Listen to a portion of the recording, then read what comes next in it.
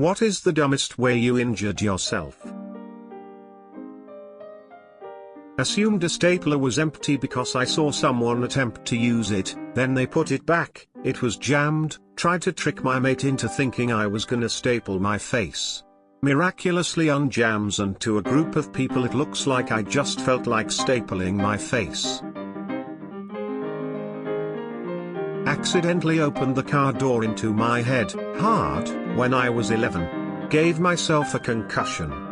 Jumped into the pool awkwardly and cut up my side from my waist through my armpit and to my elbow on the pool bricks. Used a shoelace instead of a guitar strap. It broke, as did my toe. Tossed my skim board out into the water in front of me, ran full speed to catch up. Skim board embedded itself in the sand, which caused me to kick it with all my might. Broke a different toe. Reached in a snake cage to pick up a pissy 7-foot carpet python. She expressed her displeasure orally. Shocked, I regrouped and reached right back in to pick her up. She bit me hard that time. Reached in a mangrove monitor's cage to pick him up. Thought I had him securely. I did not. Ended up with him latched onto my knuckle. It's still swollen to this day, 20 years later. The list goes on. I was around 11/12 years old.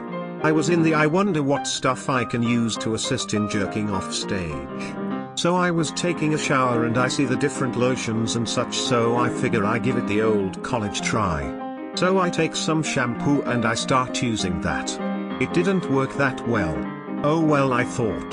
Finished my shower and got out. The next morning I wake up and go to the bathroom. Ouch. All the skin on my dick was burning. Cracking. Severe pain all over. Peeing was not fun. Getting an erection was the worst. I had no idea what was wrong. But of course fear kept me from getting help. I did eventually ask my dad. He wasn't able to tell much other than nothing was seriously wrong. I showered again. I was fine. The problem? I forgot to wash the shampoo off my penis. In kindergarten our teacher took us to the park that was across the street from the school. In there she devised a contest about who could climb a tree the fastest. Yeah, this wasn't a very good school. I won, and since all the rest of the kids were also on the tree I ended up being the highest one. We pretty much looked like this, and then this incredibly talented teacher decided, once we were in that position, to do the same contest but this time to see who would get down the fastest. She underestimated my genius. I won by jumping down and fracturing my arm.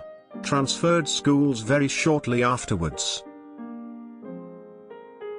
I was attempting to remove a seed from an avocado while holding it up with my hand and using the knife down on seed then twist method. Apparently, the avocado was so ripe that the little amount of pressure from holding it up was enough to pop the seed out like a pimple right as I was bringing the knife down.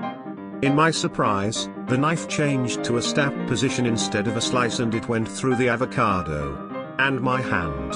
3 stitches later, between my index and middle finger, my husband bought an avocado seed remover tool and banned me from using knives to remove them ever again.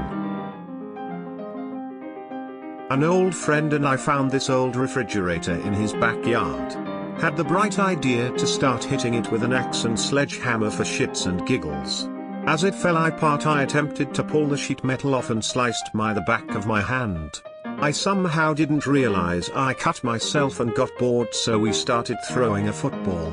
About 5 minutes later I felt my leg get all wet and looked down to see my hand wide open and about past TF out at the sight of all the blood. 32 stitches later I'm left with a nice scar on my hand.